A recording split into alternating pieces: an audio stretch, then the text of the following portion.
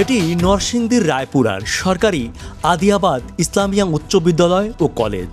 1912 সালে প্রতিষ্ঠিত এই প্রতিষ্ঠানটি স্থানীয় মানুষদের কাছে মানুষ গড়ার কারিগর। এই প্রতিষ্ঠানের প্রাক্তন বহু শিক্ষার্থী আজ সমাজে স্বমহিমায় প্রতিষ্ঠিত, যারা আলো ছড়িয়ে উজ্জ্বল করেছেন এই এলাকার নাম।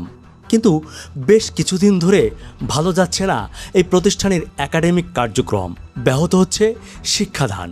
এর কারণ অনুসন্ধান করতে আমরা যাই নরসিংদীর রায়পুরার সরকারি আদিয়াবাদ ইসলামিয়া উচ্চ বিদ্যালয় ও কলেজ প্রাঙ্গণে।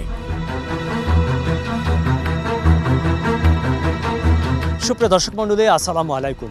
অধ্যক্ষ যে কোনো শিক্ষা প্রতিষ্ঠানের মাথা বলা হয়, যার মেধা ও মননে উন্নত হয় ওই প্রতিষ্ঠান। কিন্তু একবার ভাবুন তো, সেই প্রতিষ্ঠান প্রধানের বিরুদ্ধে যদি দুর্নীতির অভিযোগ ওঠে, যদি অর্থ কেলেঙ্কারির অভিযোগ ওঠে, যদি নির্যাতনের অভিযোগ ওঠে, তাহলে সেই প্রতিষ্ঠানের অবস্থা কি হয়? সরকারি আদিয়াবাদ ইসলামিয়া উচ্চ বিদ্যালয় ও কলেজ বলা হয়ে থাকে অত্র অঞ্চলের অর্থাৎ রায়পুরা নরসিংদীর এই এলাকার একটি নক্ষত্র। এখানকার স্থানীয় অনেক গণ্যমান্য ব্যক্তিবর্গ কিংবা অনেক তারকা তৈরি হয়েছে এই স্কুল অ্যান্ড কলেজে পড়াশোনা করে। কিন্তু গত 1.5 বছর ধরে এই প্রতিষ্ঠানটি যেন ধুকে ধুকে মারা যাচ্ছে শুধুমাত্র এক অধ্যক্ষের দুর্নীতির কারণে। চলুন আমার সাথে আরও বিস্তারিত।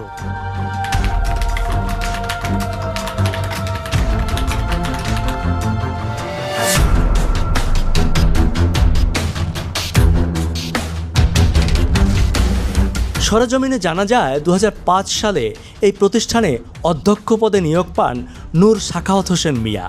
অভিযোগ উঠেছে 2018 সালে জাতীয়করণের পর থেকে নানা অনিয়ম ও দুর্নীতিতে জড়িয়ে পড়েন তিনি। জাতীয়করণের অন্তর্ভুক্তকরণের নাম করে শিক্ষক ও কর্মচারীদের কাছ থেকে লাখ লাখ টাকা হাতিয়ে নেওয়া, জাতীয়করণের সময় প্রতিষ্ঠানের সকল স্থাবর অস্থাবর সম্পত্তি সরকারকে বুঝিয়ে দেওয়ার কথা থাকলেও প্রতিষ্ঠানের এফডিআর এর লভ্যাংশ হস্তান্তর না করে নিজের ব্যক্তিগত অ্যাকাউন্টে নেওয়া এবং শিক্ষিকাদের প্রতি নানা অশালীন আচরণ ও বক্তব্য দেওয়া। আপনার পরিচয়টা আমাদেরকে একটু বলুন। আমি মোহাম্মদ জাহাঙ্গীর আলম, ডাকনাম সেলিম, সহকারী অধ্যাপক অর্থনীতি, সরকারি আদিয়াবাদ ইসলাম উচ্চ বিদ্যালয় কলেজ। আমরা দীর্ঘদিন ধরে শুনছি যে এখানে বেশ কিছু জটিলতা আপনারা ভুগছেন, ফেস করছেন, একটু যদি শুরু থেকে আমাদেরকে বলেন। আচ্ছা, মানে যাকে নিয়ে এই জটিলতা শুরু হয়েছে, উনি আমাদের এখানে জয়েন করেছিলেন 2005 সালে সেপ্টেম্বরের দিকে এখানে জয়েন করেছিলেন। তারপর দেখা গিয়েছে যে আসলে উনি জয়েন করার যখন ছিল তখন এখানকার শিক্ষক ছিল 30 জনের মতো, কিন্তু উনি জয়েন করার পর আস্তে আস্তে শিক্ষক কমে অলরেডি মানে বর্তমানে স্কুলের শিক্ষক মাত্র 10 জনের মধ্যে চলে এসেছে আর কি। আর উনি জয়েন করার পর থেকেই মানে মূলত দেখা গিয়েছে যে মানে আমাদের শিক্ষকদেরকে বিভিন্নভাবে উনি মানে মানসিকভাবে অন্যরকম একটা ট্রিট করেছেন। যেমন উনি মিটিং করলে উনি বলতেন যে আমি তো আপনাদেরকে বাসায় গিয়ে কাজ করতে বলি না, বা আমার বাথরুম পরিষ্কার করতে বলি, এইরকম কথাবার্তা। যার জন্য দেখা গেছে যে ওনার প্রতি শিক্ষকদের একটা বিরূপ একটা মনোভাব ছিল। আর আর আমাদের শিক্ষক কমে যাওয়ার প্রেক্ষিতে আমাদের ক্লাসগুলি বিভিন্নভাবে মানে হচ্ছিল না এরকম আর কি। তারপর মানে সরকারিকরণ হয় 2018 সালে। তখন মানে দেখা গিয়েছে সরকারিকরণ হওয়ার পরে উনি শিক্ষকদেরকে বলছিলেন যে এই মানে সরকারিকরণ হয়েছে, এটার প্রসেসিংয়ের জন্য সবাইকে 1,10,000 টাকা দিতে হবে আর কি। আমি তখন ছিলাম না, আমি ছিলাম, এবং অনেক শিক্ষক এটার প্রতিবাদ করেছিল। উনি বলছিল যে স্যার আমরা তো এটা দিতে পারবো না। তো উনি বললো যে এখন যে অবস্থা, যে আমি যদি আপনাদেরকে বলি যে ল্যাংটা হয়ে থাকার জন্য, মহিলা শিক্ষক ছিল, তাহলে আমরা ল্যাংটা হয়ে এখানে দাঁড়ায় থাকতে হবে, এরকম একটা অবস্থা। আর এটার প্রেক্ষিতে দেখা গিয়েছে যে আসলে শিক্ষকরা বাধ্য হয়েছিল ওনাকে 1,10,000 টাকা করে দেওয়ার জন্য। এটা দেওয়ার পরই দেখা গিয়েছে যে আমরা সরকারিকরণ হলাম। সরকারিকরণ হওয়ার পর দেখা গেছে তারপর আমরা মানসিক বিভিন্ন রকম টিয়াতে ছিলাম। আর তারপর দেখা গেছে 24-এ মানে যখন নাকি আপনার একটা গণ অভ্যুত্থান হলো, তারপর উনি এখানের মানুষেরও একটা একটা রোষ ছিল। শিক্ষকরাও দেখা গিয়েছে যে ওনার বিরুদ্ধে প্রতিবাদ মুখর হয়ে গিয়েছিল। আর উনি 2024 সালের আগস্টের 8 তারিখে উনি আত্মগোপনে চলে যান। স্যার আপনার পরিচয়টা আমাদেরকে একটু।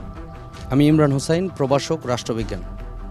আপনি দীর্ঘদিন ধরে আছেন এই প্রতিষ্ঠানে, একটু আপনাদের এখানে অনেকগুলো ঘটনা ঘটে গেছে, একটু আপনার মুখ থেকে শুনতে চাই যে কি হয়েছিল। আসলে 2024 সালের 5 আগস্ট পরবর্তী সময়ে যিনি অধ্যক্ষ ছিলেন একটা দীর্ঘ সময় এই প্রতিষ্ঠানের, উনি প্রতিষ্ঠান থেকে অনুপস্থিত, উনি প্রতিষ্ঠানে আসেন না। পরবর্তীতে উপজেলা প্রশাসন, জেলা প্রশাসন হয়ে শিক্ষা মন্ত্রণালয়ে বেশ কিছু অভিযোগ ওনার নামে যায়। শিক্ষা মন্ত্রণালয় থেকে মাউসির মাধ্যমে একটি তদন্ত টিম প্রেরণ করেন। তারা এখানে এসে তদন্ত করে একটি রিপোর্ট দেন। সেই রিপোর্টে উনি দুর্নীতি, অনিয়ম, স্বেচ্ছাচারিতা সহ নানান অভিযোগে অভিযুক্ত। তো পরে তাকে বহিষ্কারও করা হয়। শিক্ষকদের এই অভিযোগের সত্যতাও মিলে মাধ্যমিক ও উচ্চশিক্ষা অধিদপ্তরের তদন্ত রিপোর্টে।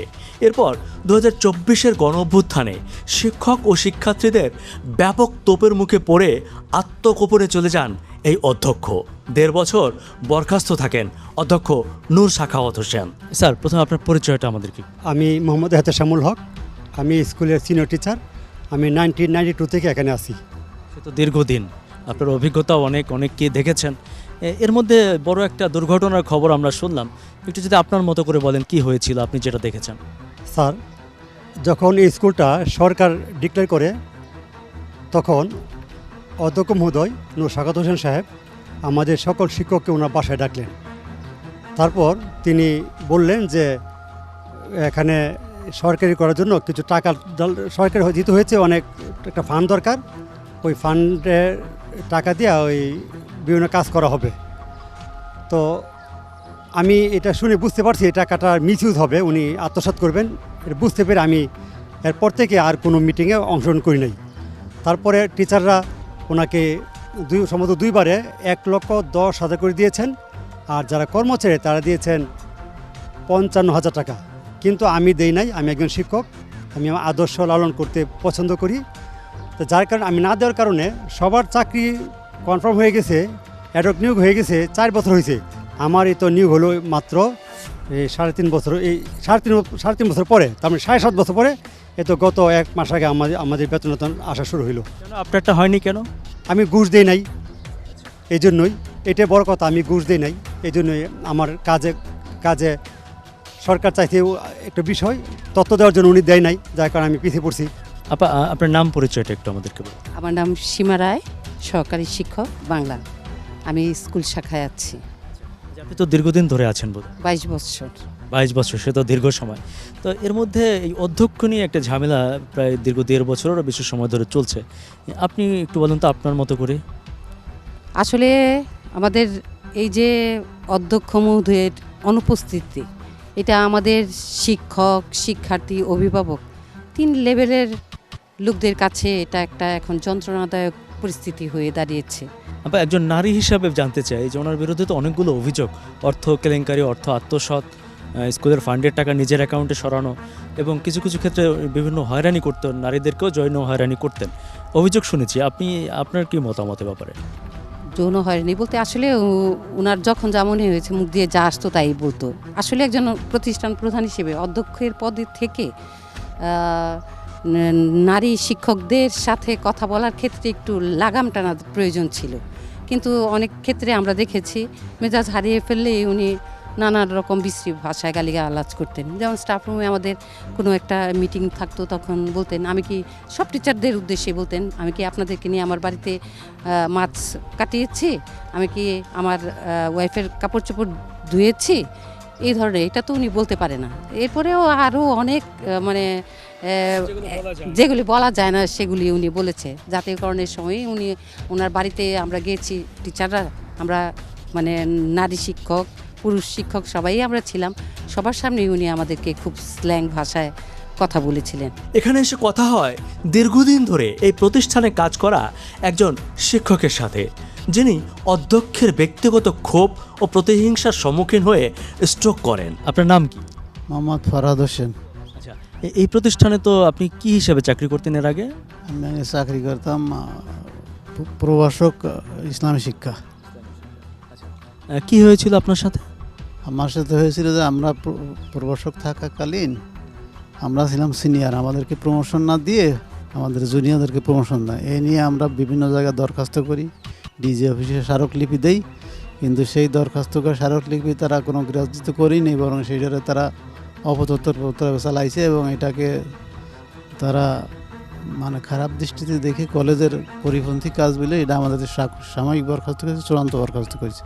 চূড়ান্ত বরখাস্ত করে 19 বছর আমাদেরকে কলেজের বাইরে রাখছে। এরপরে এই যে কয়েকদিন আগে হলো আমরা রায় নিয়ে আসছি, আমাদের ফিভারে আসছে বকেয়া সহ, এবং এটা সম্পূর্ণ বেআইনি অবৈধভাবে করা হয়েছে, অনিয়মে, সেটা তারা লিখছে রায় পরিষ্কার। যে কি বলে আপনাকে বহিষ্কার করেছিল? পরিষ্কার করেছিল যে আমরা কলেজের পরিপন্থী কাজ করছি, কলেজের মানে স্বার্থের বিরুদ্ধে কাজ করছি এই বলে। পরে ওটা তদন্তে মিথ্যা প্রমাণ হয়। তদন্তে মিথ্যা প্রমাণিত হয়েছে এবং কোর্টে মিথ্যা প্রমাণিত হয়েছে এটা। এত কিছুর পরেও সম্প্রতি সেই অধ্যক্ষকে আবার পুনর্বহাল করা হয়েছে এমন একটি চিঠি নিয়ে তিনি প্রতিষ্ঠানে আসেন, আর এতেই ক্ষুব্ধ হন ছাত্রছাত্রী, শিক্ষক ও এলাকাবাসী।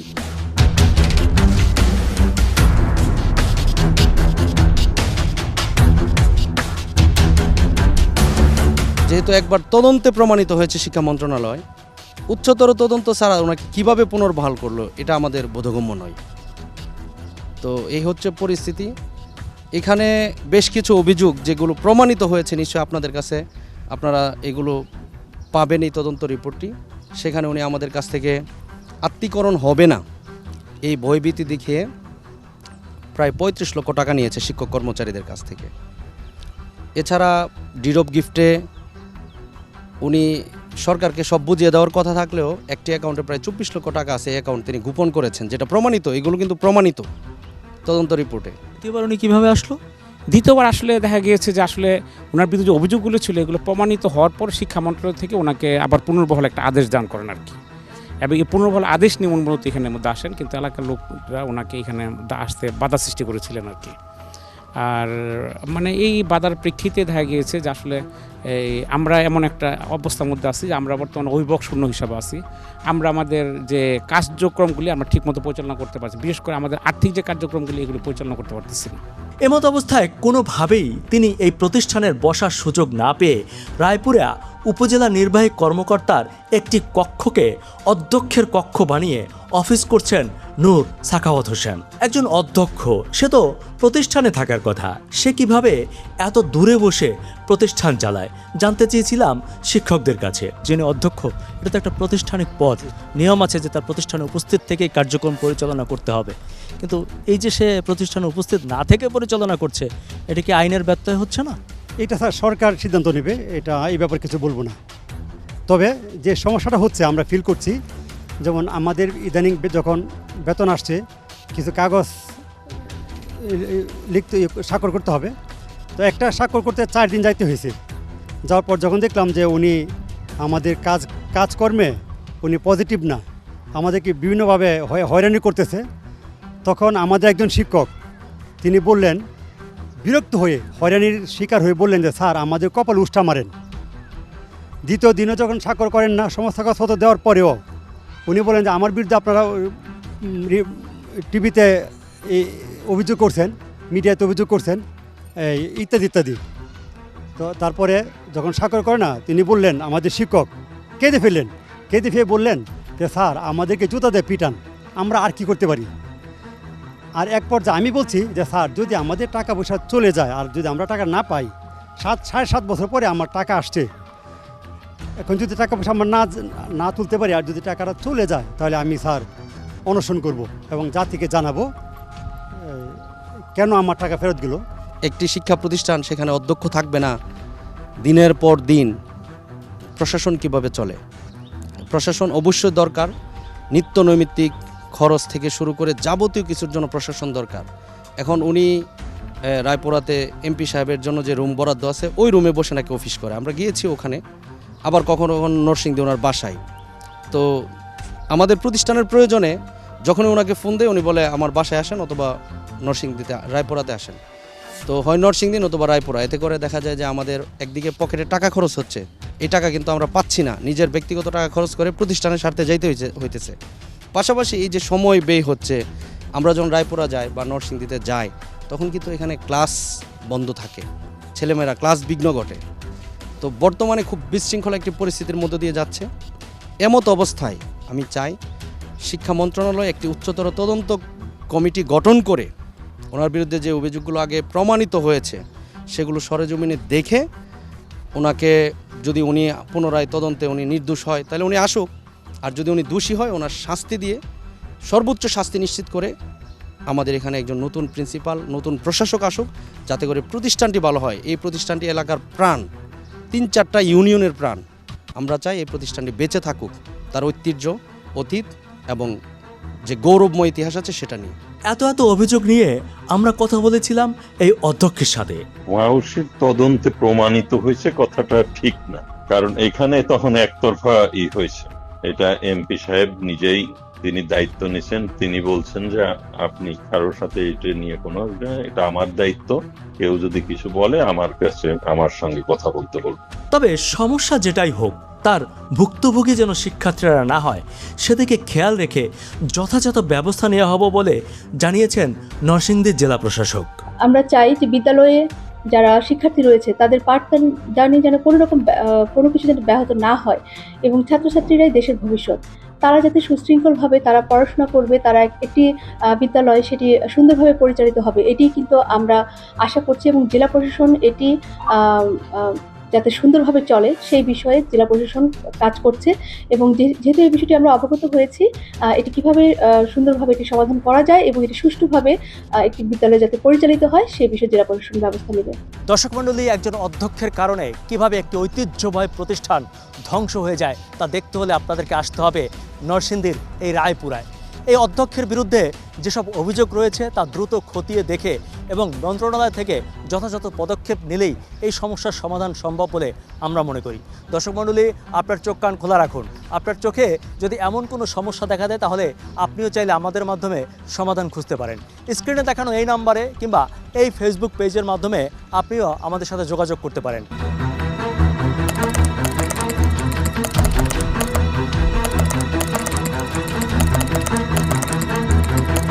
আজকের মতো বিদায় নিচ্ছি নরসিংদীর রায়পুরা থেকে। দেখা হবে অন্য কোথাও অন্য কোনো বিষয় নিয়ে। সে পর্যন্ত সবাই ভালো থাকুন, সুস্থ থাকুন, নিরাপদে থাকুন। খোদা হাফেজ।